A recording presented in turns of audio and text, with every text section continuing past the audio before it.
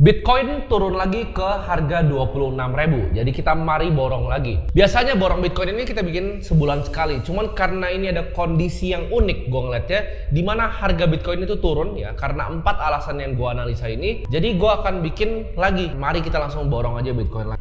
Menurut pandangan gue, berdasarkan yang gue lihat di market adalah market itu menghargai bahwa Federal Reserve itu akan melakukan yang namanya quantitative tightening lagi. Jadi market ini prediksi mereka akan melakukan QT. Itu alasannya kalau kita lihat dari indeks S&P 500 itu turunnya lumayan dalam ya. Kita lihat Bitcoin juga turunnya lumayan dalam dari 29.000 langsung longsor ke 26.000. Tapi gue rasa ini nggak akan terlalu berdampak lah untuk forecast Bitcoin jangka panjang gue, yaitu 1 miliar per koin. Itu menurut gue nggak akan kemana-mana dan ini hanyalah faktor makroekonomi. Dan ini adalah market yang memprediksi Bitcoin akan turun. Kalau kita tahu ya, Michael Burry tahun 2008 dia adalah yang short housing crisis Amerika. Jadi ada filmnya namanya The Big Short. Orangnya sama, dia nge-short lagi S&P 500 dan juga indeks Nasdaq ya. Jadi karena dia juga berharap The Federal Reserve akan melakukan QT lagi atau quantitative tightening. Hal yang kedua, ya ini sebenarnya lebih ke FUD ya. Jadi ada berita hoax yang disebar, yaitu SpaceX buangin porsi Bitcoinnya lumayan besar. Jadi ini mengakibatkan Bitcoin langsung turun. Karena waktu itu sempat ramai banget di Twitter.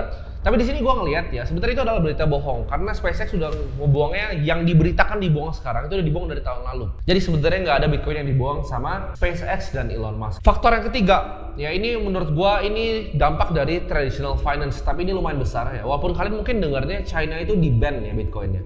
Tapi sebenarnya China itu banyak banget Bitcoin miner dan Bitcoin trader dan juga investor. Salah satu faktor paling besar yaitu perusahaan properti raksasa di China, Evergrande, itu mengalami kebangkrutan karena hutangnya udah nggak bisa dibayar lagi, jadi perusahaannya pilot.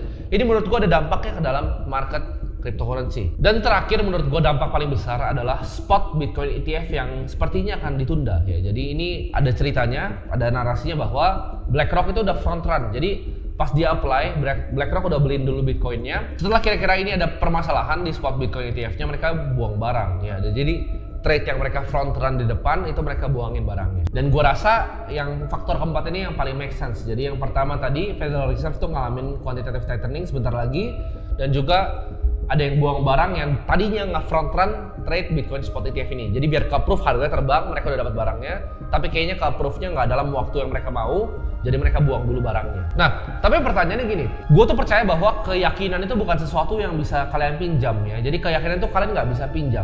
Gue bisa ngomong kayak gini, Bitcoin 1 miliar ya kan. Kalian boleh percaya, kalian boleh enggak. Tapi kalian kalau nggak punya keyakinan ya, kalian nggak akan percaya. Ntar begitu turun ke misalnya 200 juta nih per koin, kalian buangin semua barangnya. Sekarang itu di harga 399 juta.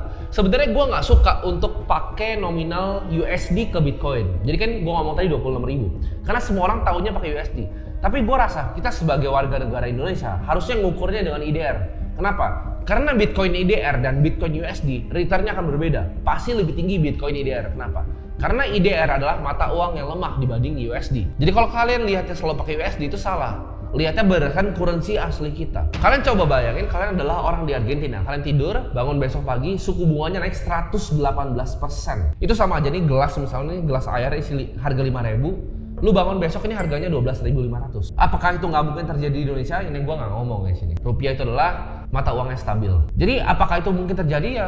Kita nggak tahu. Tapi Argentina itu bukan negara kecil ya. Dan Argentina peso, kalau kalian nonton video YouTube gua bilang waktu itu 235. Dan gue bilang di mulut gue bahwa orang Argentina itu harus beli Bitcoin. Sekarang tuh harganya 232,41.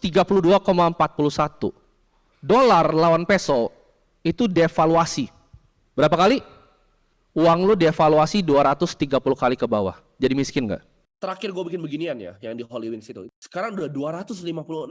Kalau lu orang Argentina waktu itu, lu dengerin gue, lu pindahin Bitcoin, lu aman. Tapi kalau lu waktu itu keras kepala, lu bilang ini scam.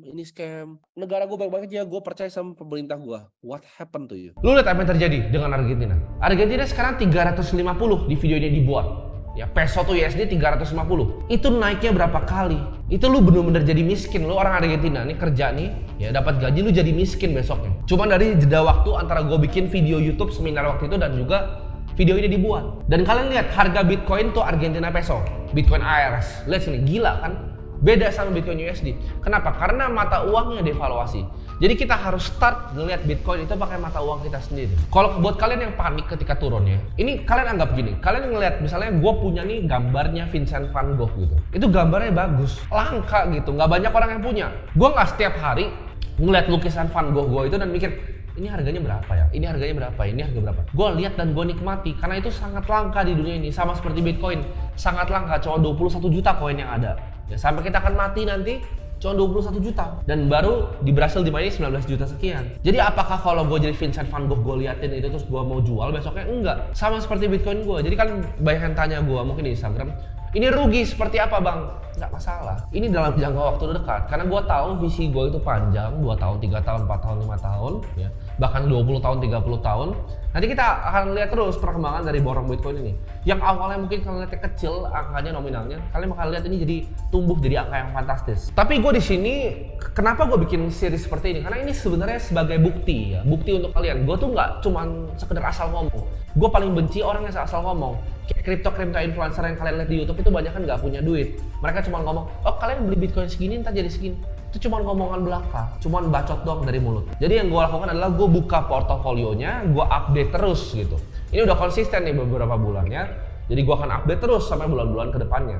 Gue akan tunjukin portofolionya, minusnya berapa tunjukin, gue buka, untungnya berapa gue buka. Ya, jadi kalian bisa lihat semuanya secara transparan. Oke, jadi tanpa kebanyakan bacot kita langsung aja masuk ke portofolionya. Nah, di sini ini asetnya baru gue top up lagi tadi 100 juta. Sekarang ada 364.511.000. Artinya apa? Artinya portofolionya minus sekitar 36 jutaan lebih ya. Jadi portofolionya kita tabung selama udah 3 bulan ya kan. Jadi harusnya di 300 juta, tapi dia udah turun minus sekitar 30 jutaan lebih ya, 36 jutaan. Tapi apakah itu bikin gue panik? Ya gue wah turun 36 juta? Enggak, gue nggak peduli. Santai aja. Jadi karena ini menurut gue sebagai properti, ini sebagai aset. Kalau lu punya rumah di Menteng, ya lu hold aja. Lu punya rumah di San Francisco, lu hold aja. Lu punya mobil yang langka gitu. Lu punya Lambo yang langka, ya lu hold aja. Jadi nggak usah panik gitu. Lu punya Rolex yang langka, lu hold sama. Gue ngeliat Bitcoin itu seperti hal yang sama. Ini komoditas yang gue percaya. Oke, jadi di sini udah ada, lihat rupiahnya sini. Kita langsung ke trade aja ya. Kita masukin semuanya, kita beli Bitcoin. Purchase successful ya. Ini udah open order nih. Dia tinggal masuk tuh 0,24 Bitcoin. Kita akan beli di harga 399 juta rupiah. Nah, ini kan kita udah masuk ya. Jadi Bitcoin kita udah masuk. Kita udah punya 0,6 Bitcoin. Jadi 0,6 Bitcoin di tanggal video ini di short, kalau lihat video ini nanti diuploadnya kapan, itu ya harganya 346 juta. Nanti lu lihat ya, lu pegang omongan gua, Bitcoin akan sampai ke 1 miliar. Ini portofolionya kita lihat di sini. Ya ini ada minusnya 19 juta, 10 juta. Jadi gua buka di sini semua secara transparan ke kalian. Jadi kita akan lihat ya perkembangan portofolionya. Mungkin setahun lagi, 2 tahun ya. Nanti halving di April, kita tambahin terus sampai 2025. Di 2025 bulan Februari kita lihat harganya Bitcoin berapa. Buat kalian bilang, rugi bang? Nggak apa-apa, santai aja bang. Kita akan beli terus, kita akan beli terus. Jadi ini udah punya di total portofolionya ya 0,9 Bitcoin. Bentar lagi kita udah mau 1 nih Bitcoinnya di portofolio yang ini. Jadi kenapa fungsi gue begini ini? Sebagai bukti ya buat kalian semua bisa lihat apa yang gue ajarin ke kalian itu gue bener-bener lakuin sendiri. Jadi kita bisa lihat bareng-bareng perkembangan portofolionya seperti apa.